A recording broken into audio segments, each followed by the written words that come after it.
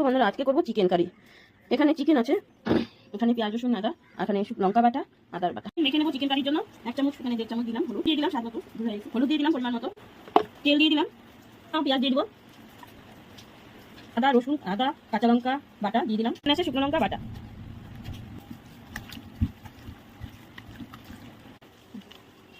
এখন অল্প চিকেন মশলা দিয়ে দেব। চিকেন ভালো করে মাখা হয়ে গেছে। এখন চিকেন মাখা হয়ে গেছে, এখন কাঁচা লঙ্কা আদা বাটা দিয়ে দিলাম আর দিয়ে দিই লঙ্কা বাটা। মশলা কষানো হয়ে গেছে, এখন চিকেন ঢেলে দেবো। নেড়ে দাও। চিকেনটা এখন নাড়িয়ে চাড়িয়ে 2 মিনিটের জন্য কষতে দেওয়া হবে। চিকেনের কালারটা দেখো কত সুন্দর হয়েছে, একদম নাড়িয়ে চাড়িয়ে কষানো হয়েছে, ভেজে নেওয়া আলুগুলো দিয়ে দেওয়া হয়েছে। তো এখন আবার 2 মিনিটের জন্য ঢাকা দিয়ে দেবো, যতটুকু সেদ্ধ বাকি আছে একদম পুরোপুরি ভালো করে সেদ্ধ হয়ে যাবে। আজকে চিকেন রান্নার রেসিপিটা কেমন লাগলো তো কমেন্টে জানাবে বন্ধুরা। 2 মিনিট হয়ে গেছে, ঢাকাটা উঠিয়ে দেখবো। ও চিকেনের